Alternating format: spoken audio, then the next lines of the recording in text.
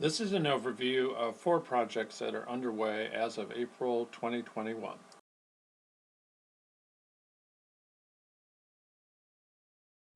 Hi, Jim Vanderscaff, Down East Wood Art. Welcome to my shop.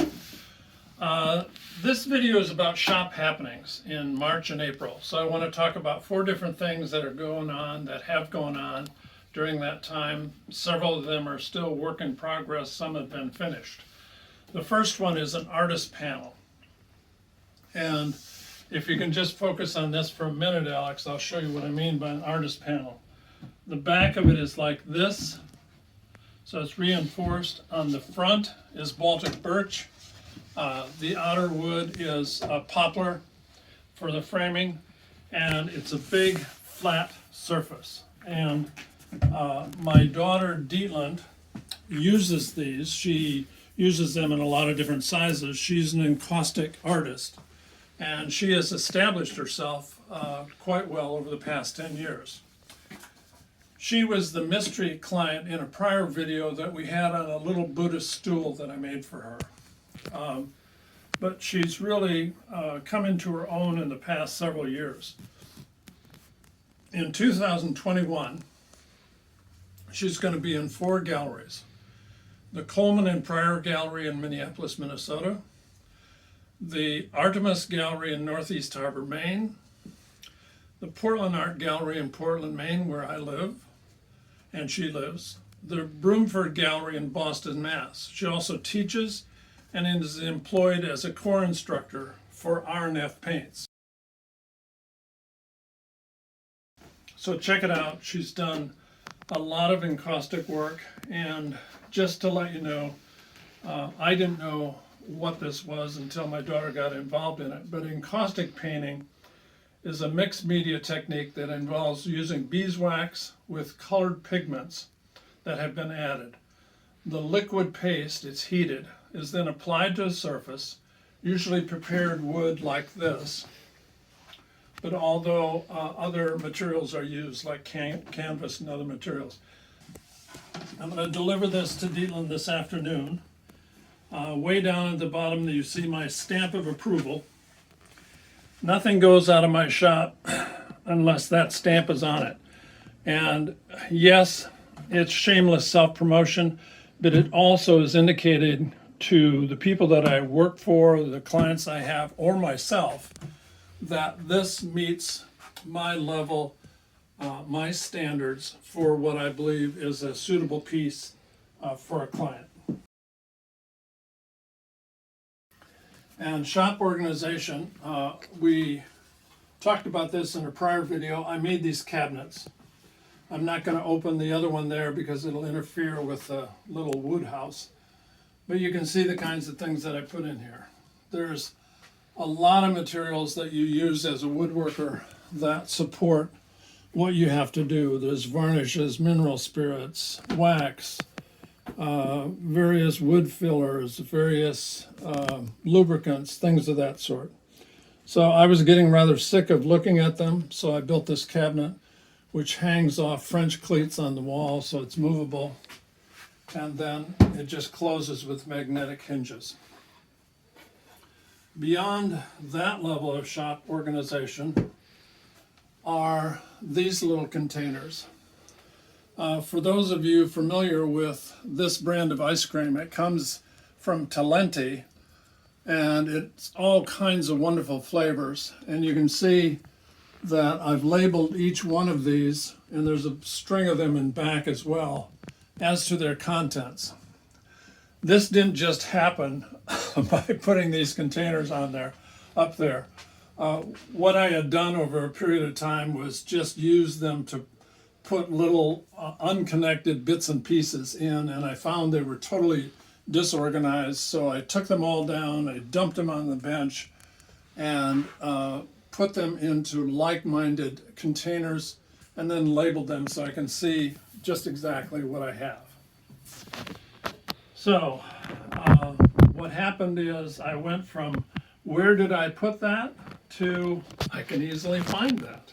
And what you don't want to do as a woodworker, and why I highly recommend this, is when you've done this for as long as I have, you find that you accumulate a lot of different tools, a lot of different materials, etc. And you don't want to spend all your time just looking for things that you remember you might have, but you don't know where they are. So that's that little segment.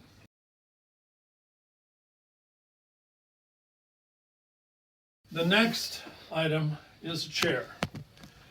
And I've wanted to do chairs for some time. This happens to be a little beauty that I designed and am in the process of making. The outer framework is going to be cherry, and the lighter colored seat and back I'm going to make with a cherry framework and then linen webbing. So it'll be a crisscrossed webbing that'll go back and forth and support the person that sits there. I can show you where I am on this. I've built this part so far, and you can see the armrest, and this is the back, this is the front of the chair. The seat will sit in here like this, and the back will sit like that. These are floating mortise and tenon joints. I've just got them taped because the thing will fall apart. It's not glued up. And then I've got dowels set in here on the top. And I will show that in more detail as this progresses. These armrests were made by cutting a series of 16 or about maybe 3/16 thick pieces of wood on my bandsaw, and then putting them in a form and gluing them together. So that worked out quite well. But I want to talk to you about a little bit more about how to do this. What I used is SketchUp to make this design. And in order to do that, you need to know a little bit about the ergonomics of the body, like how high is this seat? How wide should it be? How far should the seat go back? All of those details, or you're just not going to produce something that's desired by people. Once you've got the design, then how are you going to build it? Well, you could have all of these dimensions, but you still wouldn't be describing in detail just exactly how all these things are made. So it's best, if you can, to produce templates, and that's what these are. So each one of these was used and printed out and is exactly the particular template that I used to create that piece. This is the one for the back. Just goes on there like that. The marks show the ends of it. I just haven't cut those off yet. Let's see. This is the left leg. That goes down here like this. And it's just very useful because you can cut these off on a bandsaw and you save all kinds of time. I will show you what I used to create this in another video because I really think it's very beneficial. And then this was a method that I used with a router.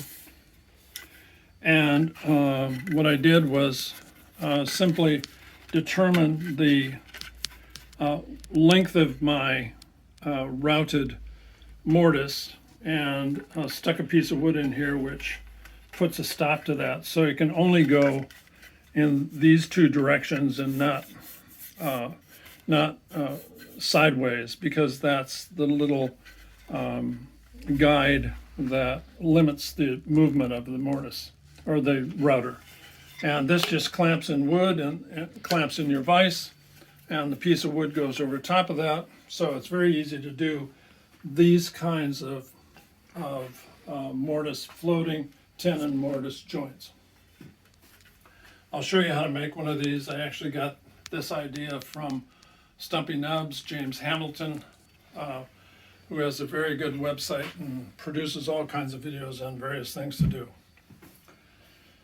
So we'll do follow-on videos of this as it nears completion, but that's where we are on this one right now.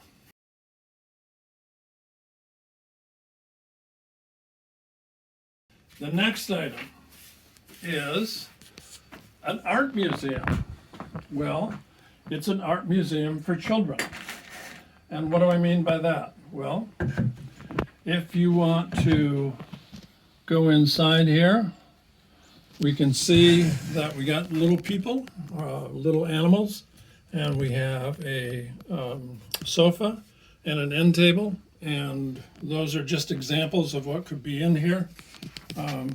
This is just in process of being painted now. It's a door that'll go in front, and it'll be on hinges and just go out and forward and back like that. The entire structure is made so it can be easily cleaned out or assembled. This is the roofing. I can see that I need to staple that in place. But anyway, the roof for the house, and that just goes back on in a particular way. It's got a little lock joint on there that allows it just to go in place. There's little dados back in here and rabbits in the back to hold the place in place. So anyway, how's this going to work? Well, this is for children. It'll be on a post, about this high. And so the kids will come up here and they'll see what's in it. The light will shine on because it's a motion detector. And they will contribute art as well as take art from this little museum. Now, we haven't tried it yet, but we have several neighborhood kids that are very interested in this. So we hope it works out, but we will keep you informed of progress. So that's basically it, Alex. If you want to give me a little focus, and thank you for this, watching this update. I'm very interested in doing these kinds of things because I think it just gives you a better feel for what goes on in this shop. So if you got any questions or any concerns, please give me comments. Otherwise, hope to see you in the next video. Thanks again.